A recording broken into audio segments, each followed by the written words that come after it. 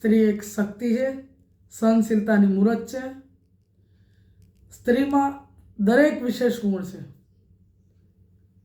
ત્યારે મારે એક ખાસ કહેવું છે કે 2023માં સર્વાનુમતિ બિલ જે પાસ થયું હતું તેને ડિલિમિટેશનના અને સાથે જોડીને ભાજપના ઇમ્પ્લિમેન્ટેશનને જોડવાનો કોઈ મતલબ રહેતો નથી. ત્યારે અત્યારે આ લોકો શું સાબિત કરવા માગે છે? એનાથી અત્યારે આજે ઇલેક્શનમાં એમનો કયો ફાયદો લેવો એ તરત દેખાઈ આવે છે.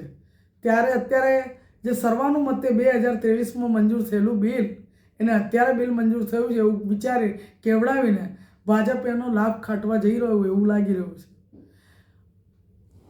મારે તો ખાસ એ કહેવું છે કે જ્યારે રાજીવજીના ટાઈમમાં મહિલા સ્ત્રી સશક્તિકરણને જ્યારે વેગ આપ્યો હતો ત્યારે જ તો મહિલાઓ બહાર નીકળી હતી. પંચાયતી રાજમાં પણ ત્યારે બહાર નીકળી હતી ને બધી જ વસ્તુ ત્યારે જ આવી હતી.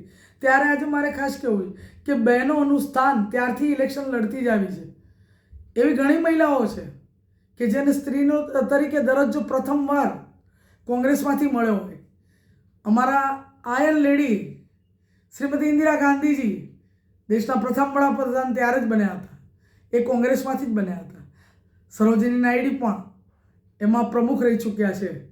એવા જ પ્રતિભા પાટીલ પણ રાષ્ટ્રપતિ પણ રહી ચૂક્યા છે. અને અમારા જેવી મહિલાઓ પણ કોર્પોરેટરોમાં રહીને 5-5 વર્ષ સુધી મહાનગરપાલિકાઓમાં સેવાઓ આપી છે. પ્રમુખ રહીને આપણે કોંગ્રેસની શહેરો અને જિલ્લાઓમાં કામ કરી ચૂક્યા છીએ. આવી રીતના જ્યારે અમારો પક્ષ હોય અને એમાંથી જ્યારે કહેવાતું હોય તો કોંગ્રેસની સરકારે કેટલાય વખતથી પહેલાંથી જ મહિલાઓને ઉત્તમમાં ઉત્તમ સ્થાન આપ્યા છે. મારે એ ખાસ તમને કહેવાનું છે, મહિલા સશક્તિકરણના નામે જ્યારે ભાજપવાળાના લોકો અત્યારે કેવી ચાલો ચલી રહ્યા છે અને અત્યારે એનો લાભ લઈને પોતાનો ઈગો અને પોતાનો એક ઉલ્લુ સીધો કરતા હોય એવું લાગી રહ્યું છે. અને એનો લાભ ખાટવા માટે જ અત્યારે આ એક જાહેરાતો કરીને નવો કિમિયો બહાર પાડી રહ્યા છે.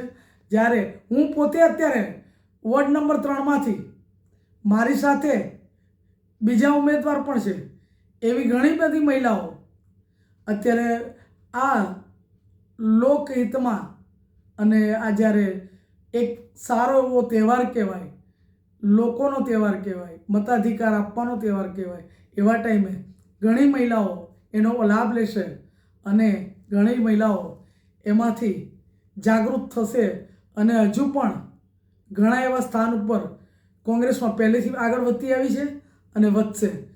ભાજપને તો ખબર નથી પણ અમારી કોંગ્રેસ સરકાર તો પહેલેથી જાગેલી છે. આટલું જ કહું છું. જય હિન્દ.